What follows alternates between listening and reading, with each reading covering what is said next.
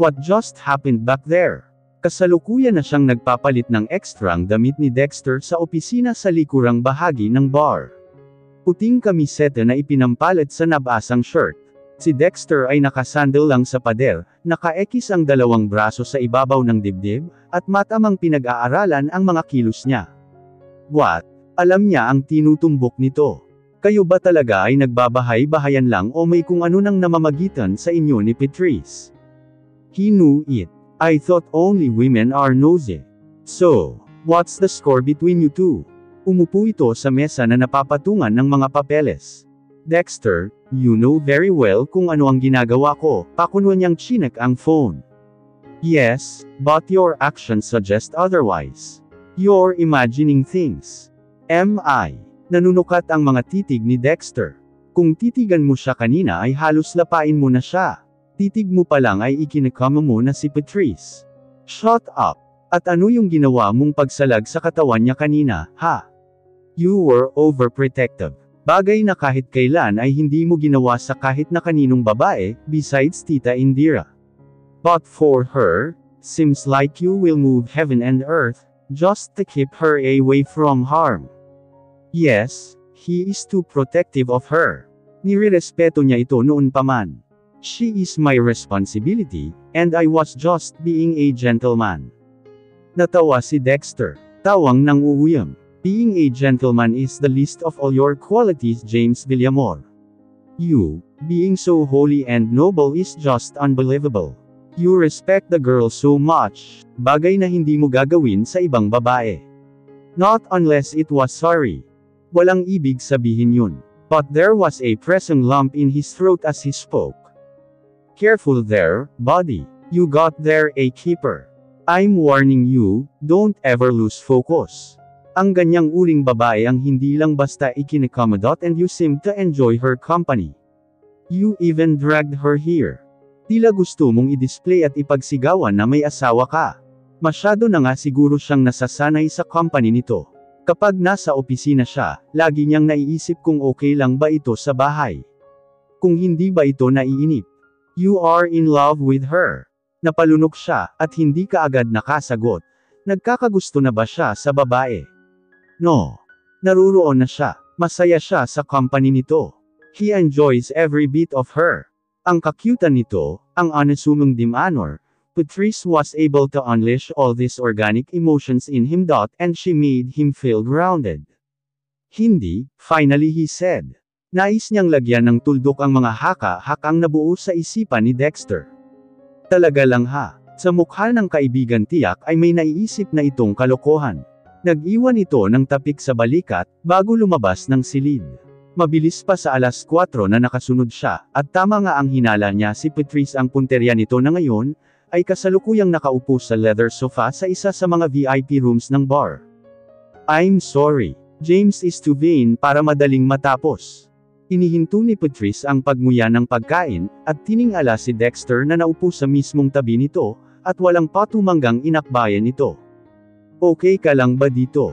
Okay lang naman. Nakita niya kaagad ang pagkaasiwa nito. Patrice was too shy to push him away. Dex, leave Patrice alone. Gusto na talaga niyang sapakin ang kaibigan.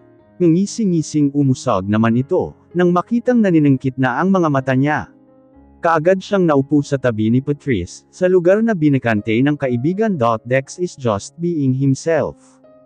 Ang kaibigan niya mas natawa pa. Paano ba ang makasama sa iisang bubong ang isang James Villamor? Jesus, Dexter is starting again. Okay naman. Hindi ka ba inaalila? Hindi naman. Ang bait nga niya sa akin. Magalang pa rin ang sagot ni Patrice. Hindi ka pa pinapagod, lalo na sa gabi. Malamlam ang liwanag sa loob ng VIP room, pero nababatid niyang pinamulahan ng pisngi si Patrice. Nakuha nito ang ibig ipakahulugan ng lokong kaibigan. If you're suggesting about bedsin, hindi namin iyon ginagawa. Wala yun sa kasunduan. Alam mo yun bilang malapit na kaibigan ni James. Napipilan sila pareho ni Dexter sa straightforward na sagot ni Patrice. Nang siya namang pagpasok ng waiter, dala ang mga inumin nila ni Dexter. Doon nalipat ni Patrice ang pansin.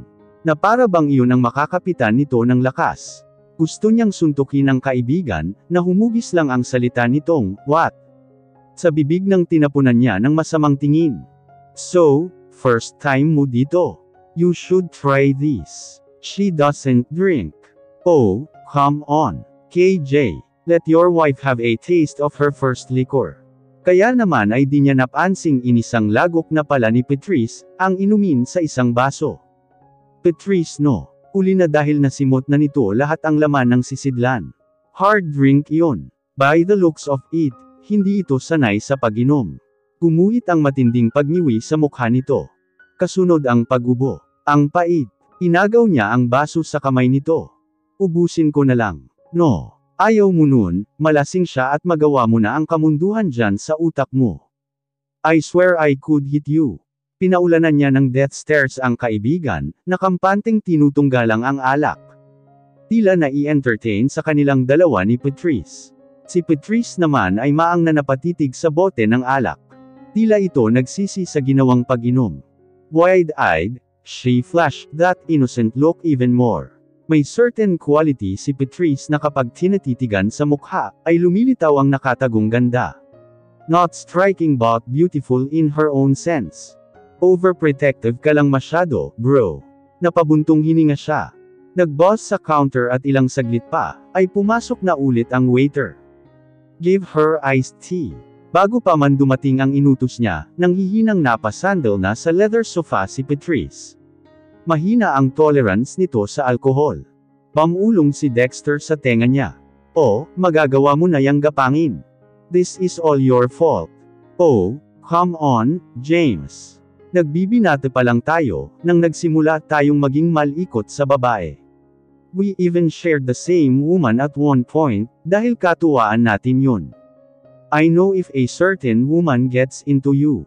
He eyed Dexter murderously, warning na hindi nito dapat pinag-iisipan ng masama ang asawa. "But with her, I won't contest. She is your property." Tumayo siya, nilapitan si Patrice, at parang bulak lang itong kinarga sa mga braso niya. Tumayo na rin si Dexter at kinuha ang susi niya.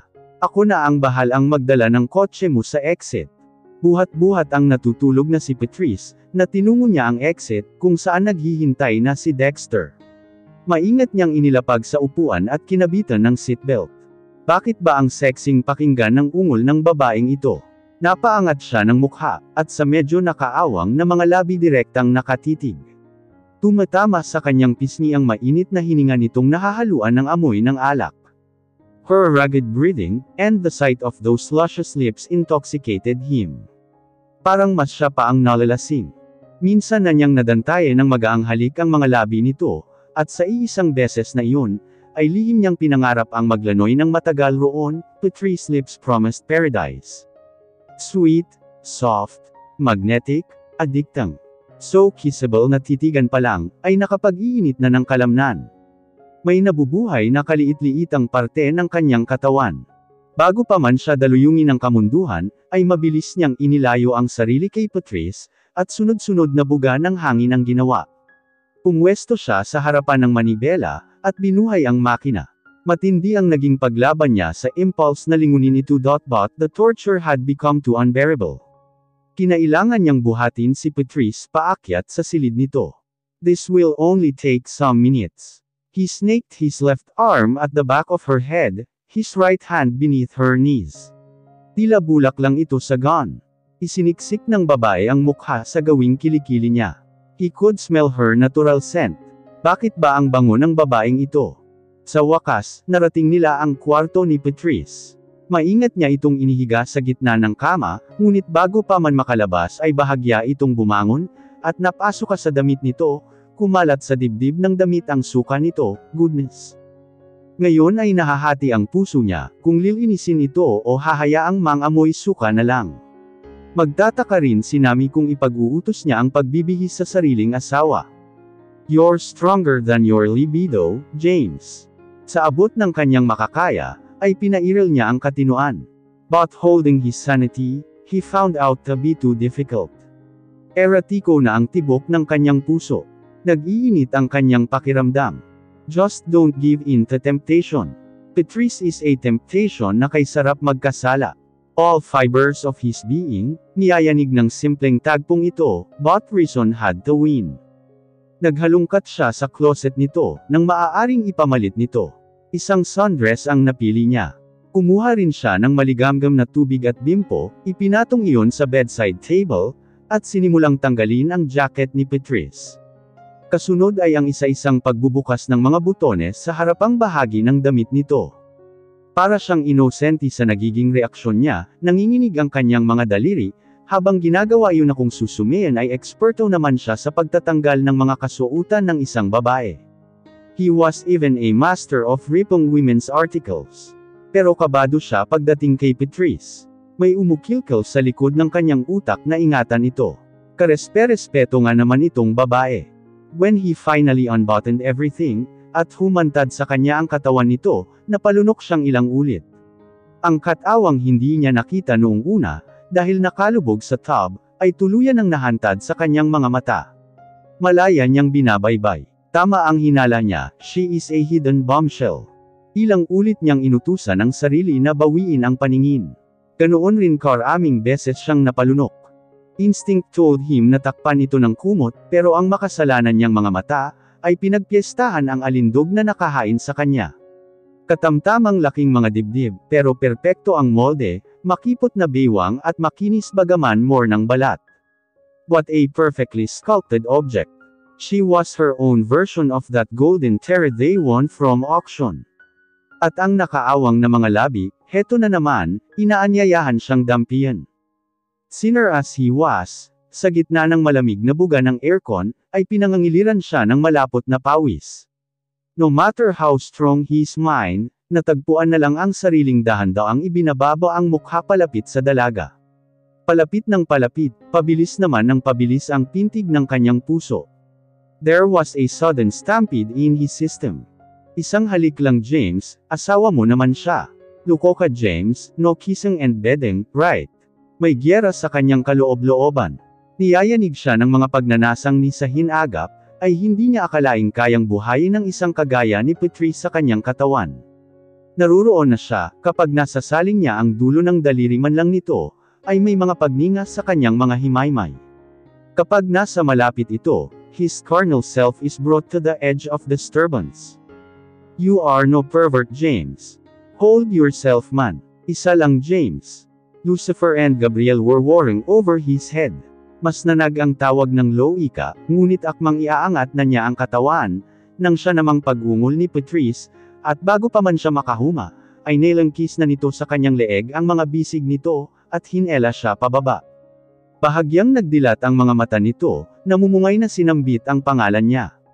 James. It was almost a whisper, nearly moaning, as if crying in need of him. It was so damn sexy. Kiss me. It was an invitation to paradise. Nakakatupok na paraiso na natagpuan na lang niya ang sariling dinampyan ng halik ang bibig nito. Automatikong nagliliyab siya, buong katawan, mula sa labi ang sensasyon ay namaybay sa dako paroon, pinagpapawisan siya. This kiss killed the tiniest of his restraint. Patrice, daing niya, mamulong si Patrice sa ilalim niya na mas nagpalobo ng kakaibang pagnanasa. Napahinto siya, but his lips were still on hers. Napatingin siya sa mga mata nitong bahagya pa ring nakadilat. James. His name sounded so sexy on her lips. Tila musika sa kanyang pandinig.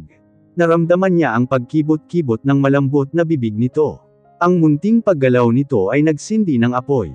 I couldn't help it. Naging malalim ang paghagod ng mga labi niya, naging mas mapaghanap. Napapikit siya. It was his sweetest kiss and bad urged her to do more. Her lips were so soft. Tama siya paraiso ang dulot niyon. Subalit kaya ba niyang pagsamantalahan ang isang lasing na babae? Wala itong kamalay-malay, walang kalaban-laban. Bigla siyang napaatras sa naiisip, at direktang tumama ang mga mata sa papel na idinikit ni Patrice sa katawan ng lampshade. Listahan ng mga do's and don'ts nila. Highlighted ang linyang no kissing, no bed scene. Sa pinakadulo ay ang dinagdag nito, don't fall in love with him. Nakaramdam siya ng pait sa dibdib sa nabasa. Yeah, right. She is head over heels in love with that guy, napabuntong hininga siya. Tinitigan ng ilang segundo si Patrice, At bago pa man makagawang muli ng kamunduhan, ay kusa na niyang nilagyan ng kontrol ang sarili. Inalis niya ang mga bisig ni Patrice sa kanyang leeg, at sa mabilisang mga kilos, habang ang paningin ay nakatuon sa labas ng bintana, ay natapos niya ang kalbaryo. Habol niya ang paghinga, parang hinahabol ng 1,000 asong mabilis siyang lumabas ng silid ni Patrice. Sunod-sunod na buga ng hangin ang kanyang ginawa. Ang init ay pinaghupos sa ilalim ng malamig na tubig sa dutsya.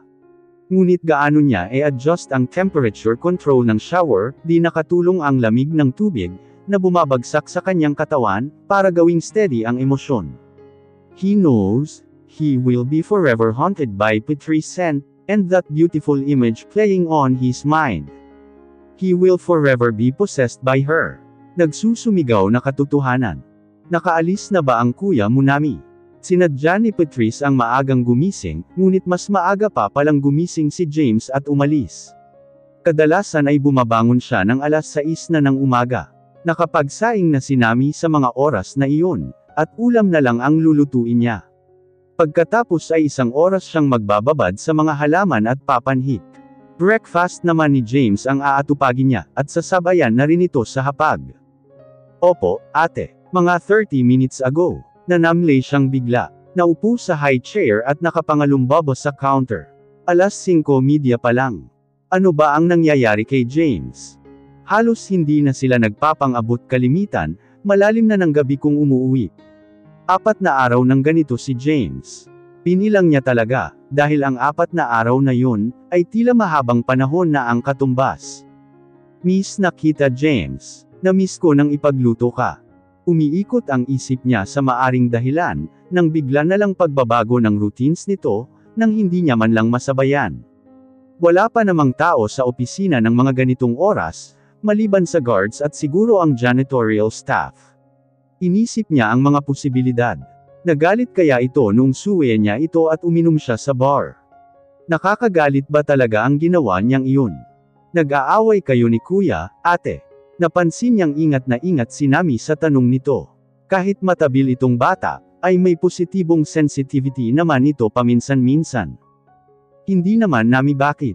Para kasing hindi na kayo nag-uusap, Mas mabuti pa nga sigurong nag-aaway sila, at nakakausap pa niya ito. Hindi yung parang nabibitin siya sa ere. Sa buong maghapon ay tumatakas sa kanya ang kaliwanagan ng isip. Bigla na lang ay napapahinto siya, napapatingin sa kawalan. Tumatakbo ang isipan niya patungo kay James. Kung hindi lang talaga nakakahiya, tinawagan na niya ito.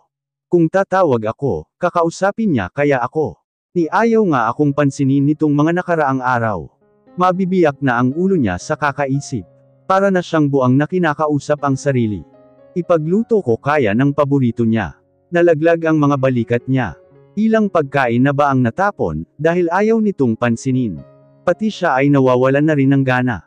Kinagabihan ay sinadya niyang hintayin si James sa sala. Nang marinig ang ugong ng papahintong sasakyan, ay halos takbuhin na niya ang pintuan, upang salubungin ito. Nilakasan na niya ang loob, kahit nakakahiya. Ngunit ang ngiting nakapinta sa mga labi niya ay kaagad ding napalis. Ang anumang excitement ay napinid sa kasulok-sulukan ng kanyang puso. Yours is a beautiful home, James. I never thought matatapos ito ng mabilisan, anang maganda, sophisticated at class na babaeng inalalayan ngayon ni James sa paglalakad sa pathway. The woman was wearing a red knee-length dress, na humakab sa magandang korte ng katawan nito. Litaw ang magagandang pares ng mahahabang legs. While that woman looked so expensive, she felt so ordinary. Parang Victoria's Secret at MSE panties lang. Ang tangkad pa nito. Close friends lang ni James ang tumatawag rito ng J. Ni hindi nga niya ito matawag yun. Gaano kaya sila ka-close? She wondered.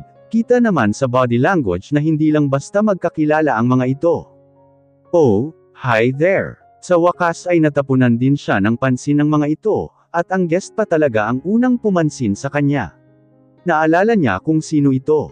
Nakita niya paminsan-minsan sa mga gatherings na karaniwang pinupuntahan ni Sorry dati. Stella, this is Patrice, my wife. Patrice si Stella. She suddenly felt a sting in her heart. Parang ang sweet lang kasi ng pagkakaalalay ni James sa panauhin, at wala ang nakagawiyang matamis nitong ngiti sa kanya. Hi! tawag ng magandang asal, ay ngumiti siya ng ubod tamis, kahit pa nga mabigat ang kalooban niya nang di maintindihan. Siya pa ang unang naglahad ng kamay. She had no other resort than to pretend okay. Nakahanda na ang mesa. Kumain na kami. Lihim siyang na-disappoint. Excuse us, may importante lang kaming pag-uusapan ni Stella. Naihatid na lang niya ng tanaw ang dalawa, hanggang sa samarado ang pintuan ng private office ni James. Naiinis siya. Sobra-sobra. Ate, kakain na po ba kayo? Ikaw na lang muna ang kumain nami. Para kasing mas gusto kong matulog na muna. Bigla na lang siyang nakaramdam ng pagod. Bago umakyat sa hagdanan ay tinapunan niya muna ng sulyap ang opisina. I wonder kung anong ginagawa ninyo sa loob. Nasa malalim na gabi ay kailangan pang mag-usap ng mga ito. Kung ano-ano na ang imaheng nalilikha sa utak niya. Pinilit niya ang matulog, pero naging mailap ang idlip sa kanya, kahit pabiling-biling siya sa higaan. Nagbilang na siya ng 100 tupa pero wala pa rin. Paano ba siya makakatulog kung ang buong isip niya ay sakop ni na James at ng Stella na iyon? Nakikiramdam siya sa kaganapan sa labas. Bandang 10:00 na nang umalis si Stella. Hatid pa ito ni James sa labas at hinalikan pa. Buong-buo niya iyong nasaksihan. Nasa gilid ng bintana lang naman siya, lihim na nagmamanman. At aaminin man niya o hindi, nasasaktan siya. Pumabangon sa kaibuturan ng kanyang puso, ang hangarin na sana walang ibang babaeng lalapit-lapit sa asawa. Kung pwede lang sana niyang hablutan si James palayo rito. Ang bigat sa damdamin, ay mas naragdagan pa kinaumagahan. Hi! Good morning! Naka-plaster sa mukha niya ang matamis ng ngiti. Coffee. Akmang ipagtitimpla niya si James nang mangusap ito. Patrice. Pakiramdam niya ay napaka-importante ng sasabihin nito. Bakit napaka-formal ni James ngayon? Patrice, you don't need to do this. Nakuha na niya ang ibig nitong sabihin, pero nagtanong pa rin siya. Ang alin James? Nakasandal ito sa island counter, at matamang nakatitig sa kanya. Wala ang nakasanayan niyang gaang ng pakikitungo at matamis ng ngiti. Doing wifely duties. You are not obliged. Nasaktan siya sa sinabi nito. Dito na nga lang siya magaling. So, anong maaari kong gawin if I can't do this simple thing for you? Mahina lang iyon. Pakiramdam niya kasi ay sasambulat na siya ng iyak, kapag nilakasan pa ang boses. Nothing than merely to accompany me to social functions, and act as my wife in front of other people. Ayaw niyang magpanggap lang. Ayaw na niya. Gusto na talaga niyang maiyak sa harapan nito. Umakbang na si James. Nasa bungad na ito ng pintuan nang muli siyang magsalita. Bakit biglang nagbago James? Holding back tears, she asked. Ngunit ang nginig at pait sa kanyang boses ay di na itago. It should have been the case right at the start. No feelings involved, walang personalan. This is just purely business Patrice. Saka ito tumalikod at lamulan ng kotse. Walang personalan pero nagiging personal na sa kanya ang lahat. Siguro masyado na siyang nalibang nagampanan ng pagiging Mrs. Villamor. Di niya namamalayang pati puso niya, ay nakataya na pala. Mahal na niya si James. Sinakop nito ang puso niya nang walang kahirap-hirap. Dahil kung hindi ay hindi siya masasaktan ng ganito, at hindi gagapangan ng selos ang puso niya. Marupok ka rin pala Patrice. Mahal na mahal niya si James nang hindi niya sinasadya. Patunay ang pait na mamahay sa puso niya. Bakit ang sakit-sakit? Natuklasan na lang niya ang mga luhang naipon sa gilid ng kanyang mga mata. On cue, nagsisilaglagan ang mga iyon. Hanggang sa lumabo ang kanyang paningin. This pain was just so unbearable. And so, she stopped what James called wifely duties. Di rin naman ito halos kumakain sa bahay, at may mga pagkakataong wala ito at nasa ibang lugar. Nasa iisang bahay nga sila, magkasama sa ilalim ng iisang bubong, pero parang napakalayo nila sa isa't isa. She had become an almost trophy wife, and definitely, a stranger. Sa harap ng ibang tao ay umaakto silang sweet couple ni James. Gaya ngayon, nasa isang art exhibit sila sa isang 5-star hotel, kung saan dinidisplay ang mga obra ng isang sikat na pintor. As usual, photo ops. Kukunan ng larawan at ngingiti naman sila ni James, habang magkaakbay at malambing sa isa't isa. Sa susunod na araw ay malalathala sa isang society pages o sa susunod na ilang minuto, ay nasa mga internet portals na sila. Everything was just for a show. Nakakapagod na rin. They repeatedly do it only for one purpose. Ang inggitan at pamukan ang mga kabalyero. Lalo na si Sorry. Nakakapagtakang ni isa man sa mga pagtitipong dinadaluhan nila, ay hindi pa nila kailanman nakakasalubong ang mga kabalyero. Excuse me. Pasimple niyang inalis ang pagkakapulupot ng bisig ni James sa kanyang baywang. Wala ng kamera, seryoso niyang saad, nang hindi tumitingin sa mga mata ng lalaki. Funny how they never looked each other in the eye. Dali-dali siyang lumayo kay James. Nasu-suffocate ang pakiramdam niya. Naghanap siya ng restroom na medyo malayo sa venue ng exhibit. Nagpalipas lang naman siya ng ilang saglit sa loob, habang nakatayo sa harap ng malapad na salamin. This is the safest place she could ever be, away from the prying eyes of other people. Nakakaumay na rin naman kasi ang magkunwaring masaya. Kung sana lang ay okay sila ni James, hindi siya mapapagod na makipagplastikan sa iba. Patrice. Kanina pa niya hinahanap-hanap ang mukha ng babaeng ngayon, ay kaharap ngunit ngayong may maliit na distansya na lang sa pagitan nila, tanging ang makipag-ugnayan lang ng titig. Ang tangi niyang nagagawa. Ano ba ang tamang pagbating gagawin niya? Tita. Sa loob ng ilang saglit ay nanatiling magkaugnay ang mga mata nila ni Beatrice, ay nagawang mamutawi sa kanyang bibig. Kung sa ibang pagkakataon ito, ay tumatakbo na sana siyang payakap dito. Pero iba na ngayon. Naruroon pa rin ang kislap ng Tita Beatrice para sa kanya, pero hindi maitatangging estranghero na sila sa isa't isa. May pader ng pumapagitan sa kanila. It was an invisible wall. Patrice Villamor. Nahihirapan siyang salubungin, ang tila nagbabadyang sakit na bumalatay sa mga mata nito. Ang babae na ang pinakamalapit sa ina na meron siya. Alam niyang hindi nito matatanggap ang ginawa ni Sorry sa kanya, pero hindi rin ito maiintindihan ang ginawa niyang pagpapakasal kay James. I never thought na magpapakasal ka kay James. She saw no judgment in her eyes. Gaya pa rin ito ng dati, puno ng pang-uunawa. Tita. Nagpakasal na kami. And so you've got to believe it. Bigla ang pagsulpot ni James, at hinapit siya sa baywang na tila ipinapakita ng aksyon ang katotohanan ng sinabi. Napako ang mga mata ni Beatrice sa bisig ni James, na nakapulupot sa kanyang katawan. Patid niyang nasasaktan si Beatrice, pero pinipilit pa rin itong ngumiti. The ever-gracious and elegant Tita Beatrice na na-miss niya ng todo. Congrats to the both of you. I just hope you take care of Patrice. Para ko na siyang anak. Dumaan ang guilt sa dibdib niya. Naroroong gusto niya itong yakapin, pero hindi niya magawa. I will. I'm gonna take care and protect her from the likes of Terence and Sorry, sa madilim na ekspresyon ay sinabi ni James. Ilang sandali ring natameme si Beatrice. Sinampal ng katotohanan. My daughter has wronged you. James, I apologize you for that mistake. I don't need your apology, Mrs. Caballero. Nasaan na ang Tita Beatrice at ang magiliw nitong ngiti sa kaharap nila? If you'll excuse us, we have an important event to attend to. Sinamantala iyon ni James na lumayo sila, kahit gusto pa niyang lapitan at yakapin ang ina-inahan. Oh, by the way, malinaw ang memo ko sa organizer ng event, no Caballero is ever allowed to a gathering like this. Naglalakad silang nakalingon pa rin siya kay Beatrice, na hanggang ngayon ay nakasunod pa rin ng titig sa kanila.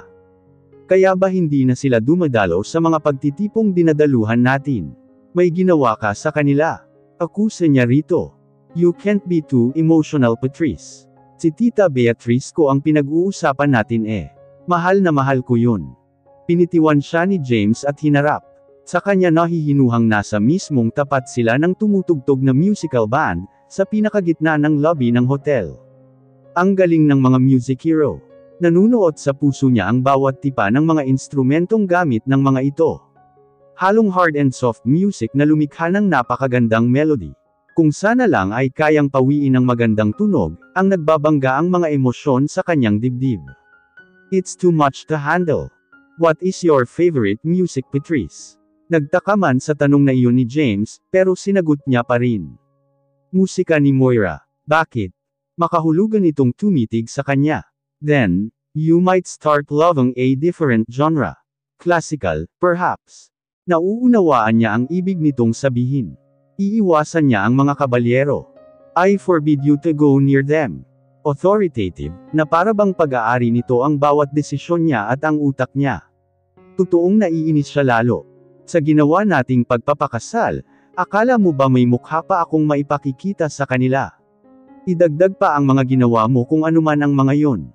Bahagya ng omigting ang boses niya. They deserve it. Ipit na ipit ang boses nito ngunit mariin. Sina Terence at Sorry lang naman ang nagkasala sa atin. Bakit pati sina Tita Beatrice ay kinailangan mong idamay? Tumiim ang mga bagang ni James. And so what? You wanna forget what they did to us? You wanna forgive them right away? So, ano pa ang silbi ng ginagawa nating ito ha, kung ganyan kakalambot? No wonder kay dali kang naguyo ni Terence, dahil mas pinaiiral mo ang puso mo. Nasaktan siya sa sinabi nito, show nga iyon ang ibig nitong sabihin.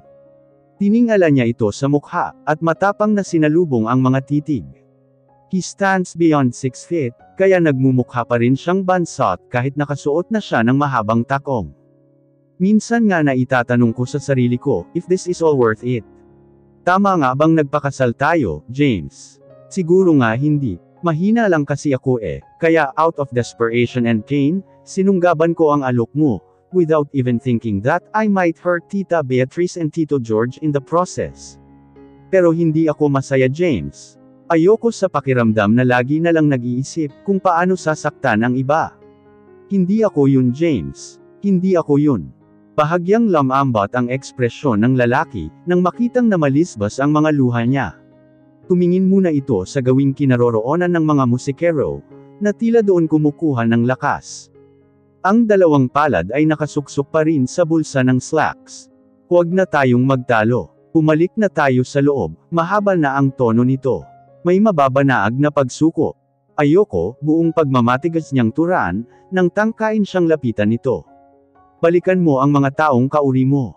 Pinahid niya ang mga luha, at buong pagmamadaling naglakad patungo sa labas. Patrice, ano ba? Kontrolado ang galit at gigil ni James na sinundan siya. Mas binilisan pa niya ang paghakbang. Lumilikha pa ng ingay ang malakas na tagaktak ng kanyang takong. She could care less. Ang mahalaga lang sa kanya ay ang makalayo. Kaagad siyang naghanap ng taxi. Patrice, you're embarrassing me. Mahigpit nitong hawak ang braso niya. Bakit ba ang tigas ng ulo mo? Pabalag niyang hinela pabalik ang kamay niya, at marahas itong hinarap. The day you married me, gusto mo lang namang ipamuka kay Sorry, na kayang-kaya mo siyang palitan, kahit pa nga ng isang napaka-unbecoming na babaeng kagaya ko. Kusang sumambulat ang tinitimping sama ng loob. Yes, I am an embarrassment. Sorry at ganito lang ako. Pero hindi na ako baba. Natigil ang anumang sasabihin niya, nang bigla na lang tawirin ni James ang pagitan nila, at kuyumusan siya ng halik sa mga labi. Ang halik na ito, hindi lang pinatid ang anumang gusto pa niyang sabihin. Ipininid rin nito ang anumang pagpoprotesta sa kanyang utak, at natagpuan na lang niya ang sariling sumasagot sa mapaghanap na paghalik ni James. All fibers of her being had longed for this kiss. Ang mga kamay niyang dapat ay nanunulak sa katawan ni James, ay kusa na lang lamambot sa ibabaw ng dibdib nito. Itulak mo siya, Patrice. Pagkus ay tinumbasan niya ang init ng lalaki. Lumalim ang halik na pinagsaluhan nila. Tinutupok siya ng malalambot na mga labi nito. Tinadala siya sa kakaibang dimensyon, pinaiinit ang buo niyang katawan, naninindig ang kanyang mga balahibo, at niyayanig ang kanyang buong pagkatao. And ending this kiss would be so impossible. God, she didn't want for this magical moment to end. Gusto niyang maglanoy sa mga labi nito. Pero ang anumang pantasya, ay kailangang matigil. Hindi siya dapat nagpapadala sa daluyong. Inipon niya ang buong lakas, at basta na lang huminto sa pagsagot sa halik ni James. Nahinto ang halik na iyon. Naririto sila ngayon, walang makapang sasabihin sa isa't isa. Sa mga mata ni James, ay naruroon ang samot-saring emosyon. Di niya kayang pangalanan ang lahat, pero iisa ang pumaibabaw sa abuhing mga mata nito, Jacob is sorry for kissing her. Don't. Pinigilan niya ito ng tangkain nitong mangusap. Just don't. You don't kiss and say sorry afterwards. Mas nararamdaman ko lang kung gaano ako kakulang para sa isang James Villamor. Ayaw niyang marinig sa mismong bibig nito ang salitang sorry. Mas bababa ang self-esteem niya. Mas mararamdaman niya kung gaano siya kakulang para magustuhan ito. Kaya naman, agaran niyang pinara ang papalapit na taxi. Hayaan mo na muna akong mapag-isa. Pumiyok na ang boses niya. May bar sa lalamunan niya. Nagpakawala ng sunod-sunod na buntong hininga si James. Pinaronan ng kanang palad ang buhok, habang ang isa ay napahawak sa baywang. Tila napapagod ito na di moari. Miss, sasakay ka pa ba? Akmang bubuksan na niya ang nakahintong taxi, ngunit maagap ang naging pagpigil ni James. Hinarang nito ang sarili sa kanya. Kung gusto mong umuwi, uuwi tayong magkasama. Kumuha ito ng pera sa wallet, at iniabot sa naantalang tsuper, kapag kuwa'y tinawagan si Mang Carding. Habang daan ay wala silang imikan ni James. Nakahalukip-kap lang siya, habang nakatuon sa labas ng bintana ang paningin. Ito naman ay panay ang pagpakawala ng malalim na bantun hininga. Kanina pa sumisikat ang araw. Katunayan ay lumulusot na sa kanyang balat ang mainit na sinag na nagmumula sa nakabukas na bintana ng kanyang silid. Sinadya niyang iwanang nakabukas iyon. Pumikit siya at hinayaang madama ang nagsisimula ng tumindang init. Just like the ray of the sun, she started soaking herself with the reality amidst the fantasy she was in. Idinilat niya ang mga mata. Inilibot ang mga mata sa paligid. The room seemed so familiar. So familiar that she didn't know how to bid goodbye whenever James decided to ditch her away. Di sinasadyang napahawak siya sa kanyang labi. Hanggang ngayon, worry niya ay nakapagkit pa roon ng mainit, at malambot na mga labi ni James. The scent of his minty breath still lingered on her system. It was a beautiful poison. Ang halik na iyon, parang kumunoy na dinadala siya sa walang kasiguraduhang bangin. Hindi siya pinatulog ng halos buong magdamag. But no matter how sweet that kiss was, kailangan niyang muling ituntong ang mga paa sa realidad. Walang anumang kahulugan ng halik na iyon. Punsod lang iyon ng damdamin, or maybe, ng galit ni James sa kanya. Napabuntong hininga siya. Sa naging pagtatalo nila ni James kagabi, baka sasabihin na nito ngayong maghiwalay na sila, magkanya-kanya na ng landas. Ano nga naman ba ang silbi ng inaasawang kakalabanin ang mga desisyon nito? Kinapa niya ang damdamin. Gusto ba niyang mangyari iyon? May bahagi ng kanyang puso ang nagsasabing oo, ngunit sa kaibuturan yon, ayaw niyang lumayo. That's for certain. Masyado ka nang nasanay sa pagiging peking may bahay mo, Patrice. Pumangon siya at bumaba. Naging malikot ang kanyang mga mata. Kapag naabutan niya si James sa ibaba ngayon, hindi niya malaman kung paano ito pakikiharapan. Nakahinga siya ng maluwag, nang walang James na naratnan sa ibaba. Wala pang abisong palalayasin na nga siya. Magagawa pa niya ang isa pang bagay. And maybe tonight she will start packing her things. Ang isiping aalis siya sa bahay na ito, ay nakakasikip ng dibdib. Then that golden terror caught her sight. Napangiti siya, ngiting hindi umaabot sa tainga. Pumuga siya ng hangin, sunod-sunod, saka pumanhik sa kusina at sinimulan ang pagluluto. Sa paghahandaman lang ng pagkain ay mabaling ang lungkot niya. Nami, iyong mga packed food sa mesa sa kusina, nandito na ba lahat? Abala na siya sa paglulod ng mga packed food sa compartment ng kotse, katulong si Mang Carding. Mabuti na ring araw-araw itong pinapupunta ni James sa bahay, in case raw nakakailanganin niya. Andito na lahat, Tay. Patungo siya sa isang orphanage, at mamimigay ng mga regalo, para sa mga batang karaniwan nilang banibisita nila noon ni Tita Beatrice at Sorry. Malayo pa naman ang Pasko, pero mas mabuti na iyong maagang makabisita, para naman hindi sila magpang-abot ni Tita Beatrice kung sakasakali. At least, once in a while, she gets to being Patrice again, Patrice na hindi pretend wife ni James. Heto at imbes na branded na damit ang suot niya, nakapantalon at polo blouse lang siya, at nakasuot ng sneakers. She missed herself so much. Na-miss niyang pakisalamuhaan ang mga dating kakilala, mga taong labas sa sirkulo ni Mrs. James Villamor. Patrice, ang tagal mong hindi nakabisita, ang project director ng orphanage na si Mrs. Rosales. Magiliw siya nitong tinanggap. Naging busy lang po, nakangiti niyang sagot, habang magkatulong silang inaayos ang mga supot na dala niya. Maliban sa food packs, ay may cash donation din siyang iaabot rito. Mula iyon sa sarili niyang pera, na hindi niya nagagalaw simula nang tumira siya sa poder ni James. Sayang at hindi kayo nagsasabay ni na Ma'am Beatrice. Taon-taon silang nandirito ni na Tita Beatrice, o kapag naisipan lang nito. Pero noon yun. Baka sa susunod na ho sila. Ma'am, wala namang kaalam-alam ang ibang tao sa nangyari. Hindi rin naman ugali ng babae na makiusyuso sa mga nangyayari sa iba.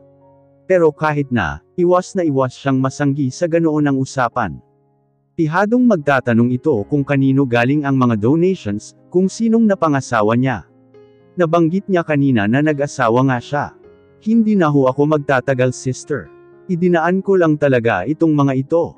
Ayaw mo bang magpakita doon sa mga bata? Sa susunod na lang ho. Abay mamimiss nila ang kakulitan mo. Mas magtatagal siya rito, mas maraming katanungan siyang iiwasan. Palulan na siya ng sasakyan ng siya namang paghinto ng isang lumang pick-up, at umibis ang dalawang pamilyar na mga taong di niya inaasahang makikita. Si Terence at Sari. Surprises of all surprises, buntis si Sari. Automatikong tinarak ng punyal ang puso niya. Hindi dahil sa mahal pa niya si Terence. Habang tinatitigan ito ngayon, ay napatunayan niyang wala ng anumang pagmamahal na nakatago sa kanyang puso, para sa dating kasintahan. Mas nasasaktan siyang malaman kung gaano nakatagal siyang niloloko ng dalawa. Mas malalim ang sugat na nilikha ni Sari sa kanyang puso. Sari was like a sister but in just a snap of a finger, ay nagawa nitong pagtaksilan siya. Matapang niyang sinalubong ang mga titig ni Sari, na ngayon ay natitigilan. Bahagya pang ang umawang ang mga labi nito. Beatrice. Walang tinig na namuo sa bibig nito kalaunan. Siya man din ay umurong ang dila. Ang lahat ng panunumbat na dapat ay ipapamuka niya sa mga ito, ay napinid sa kanyang utak. May bara sa kanyang lalamunan. Nasasaktan man ay taas noo siyang naglakad. At nilampasan ang mga ito na parabang hangin ang nararonan. She never but an eye. Ngayon niya napatunayan. Magaling na guro si James. He taught her so well, Beatrice. Sa wakas ay nagkatinig si Sari. Umaandar pa rin pala ang voice box nito, Beatrice. Sa ikalawang pagtawag nito sa pangalan niya, ay napapikit siya. Maaaring nagkakamali siya, pero may pangungulila sa boses ni Sari at ang init na nagmumula sa kamay nito. Namiss niya ito, oo, pero umaapaw pa rin ang sakit ng ginawa nito. Pabalawala niyang ipiniksi ang kamay nito, na tila narurumihan siya. Kapag kuway hinarap ang mga ito, matamis ng ngiti, ang ipininta niya sa kanyang labi. Small world, isn't it? Nagpalipat-lipat ang tingin niya sa dalawang taksil. Gusto niya na sanang kalimutan ang nagawa ng mga ito, pero habang tinatitigan niya ang mga ito, bumabalik ang pait at pang-iinsulto. Beatrice. Wala na bang ibang alam na sabihin ang dati niyang kaibigan? At ang dati niyang nobyo ay nakatingin lang sa kanya, habang nakahawak sa braso ni Sari. If you'll excuse me, my husband is waiting. May diin sa salitang husband niyang turan. Napatungo si Sari, si Terence naman ay napahawak ng mahigpit sa braso ng babae, na tila ba nais nitong isalba oras na manakit siya. Huwag kang umasta na mangangalmot ako sa asawa mo Terence. Yan ang pinakahuli kong gagawin. Hindi man ako aking mayaman, but I sure learned my manners. Lalampasan na sana niya ang mga ito, pero hindi pa siya tapos. By the way, I thank God na pinakawalan mo ako Terence. Kung di mo yun ginawa, I wouldn't have experienced the best that life could offer, buhay na kayang ibigay sa akin ni James. Buhay na ni sa hinagap ay hindi mo kayang ipagkaloob. Siya man ay nasorpresa sa panibagong tapang na ipinakita niya. Saka siya tumalikod at pumasok sa nakabukas ng pintuan ng kotse. Sa sandaling nasa loob na siya ng sasakyan, ay sa kanya pinakawala ng lahat ng nginig ng tuhod, at ang luhang kanina pa nagbabantang pamatak na nauwi sa paghagulgol.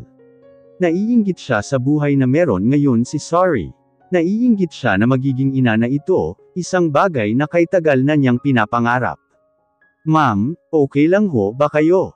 Pinahid niya ang mga luha. Walang saysay na iyakan niya ang namatay na pangarap na iyon. Mang Carding, pwede mo ba akong ihatid sa opisina ni James? Presensya ni James, yun lang ang gusto niya sa mga oras na ito.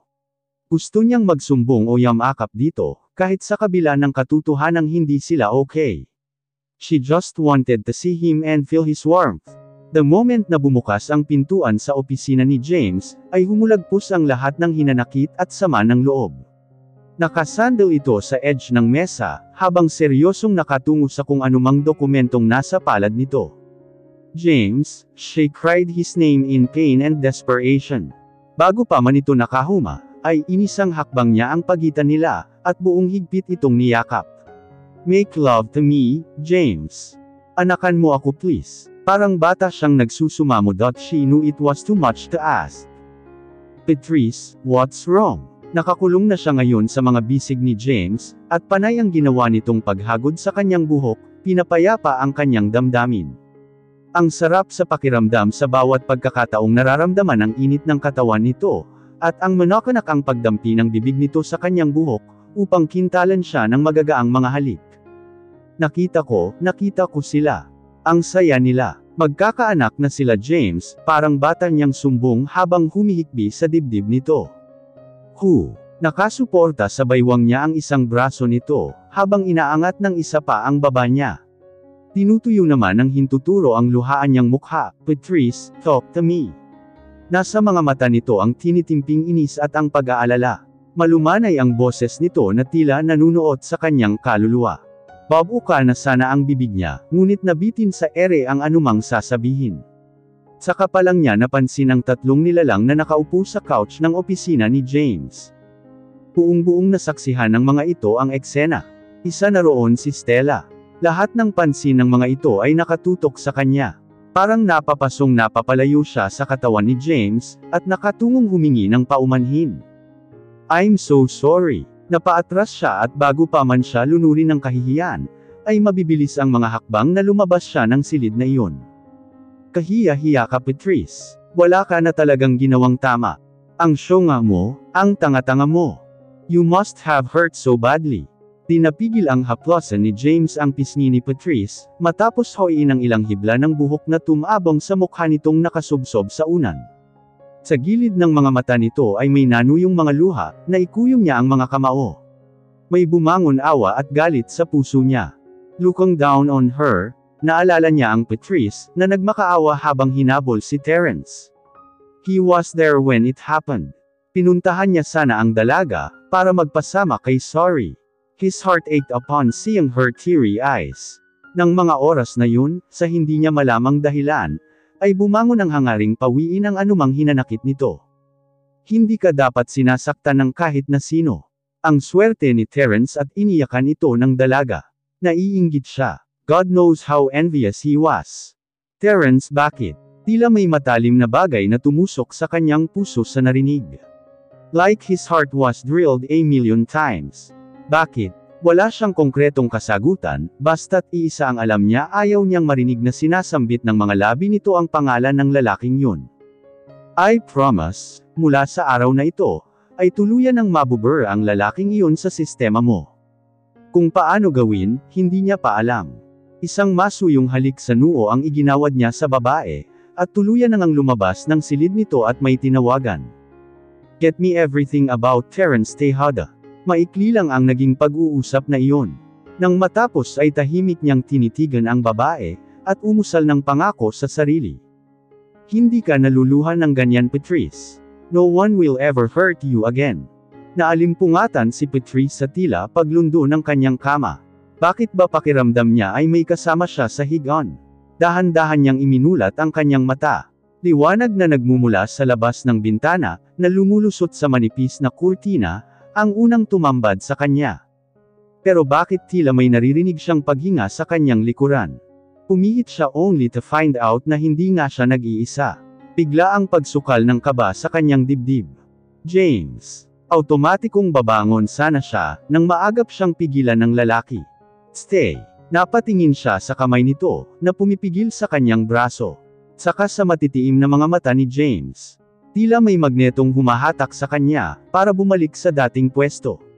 Ngayon ay magkaharap na sila ni James sa isa't isa, habang kapwa nakatagilid ng higa. Galit kaya ito? Naragdagan na naman ang kasalanan niya rito. How are you feeling right now? Okay. Nahihiya siya sa kapangahasang nagawa kahapon, yung kahapon, sorry ha, di ko sinasadya. Promise, hindi ko na ulit gagawin yun. Para siyang kuting na naghihintay na mapag-alitan ng leon, pero wala siyang mababakas na galit sa mga mata nito. Pagkus ay may kakaibang kislap roon, kung ano man ang kislap na yun, hindi niya moari. Hindi ka dapat nasasaktan ng ganoon, Patrice. You're too perfect to be hurt by anyone, including me. Napalunok siya ng dantayan ng palad ni James ang mukha niya. Dapat ay nag-iwas siya, pero hindi niya ginawa. She is staring back at James. She soaked herself with the warmth of his caress, na nais niyang pumikit kaya lang ay maagap niyang pinigil. Ayokong nakikitang umiiyak ka. In ways I couldn't fathom, ako ang mas unang nasasaktan. Naglakbay ang mga daliri nito sa gilid ng kanyang mga mata. Hinayaan niya. Gusto niya. Gustong-gusto ng puso niya ang iniuukol na atensyon ng lalaki. His thumb settled on her eyes, tinuyo nito ang gilid ng kanyang mga mata. Naluluha na pala siya ng di namamalayan, but this time tuwa ang dahilan ng mga luha. James' presence and attention just filled her heart with undescribable joy. Ginagap nito ang palad niyang nakapatong sa ibabaw ng kama, sa gitna nilang dalawa, at dinala sa bibig nito. Her heart melted when he gently kissed the back of her hand.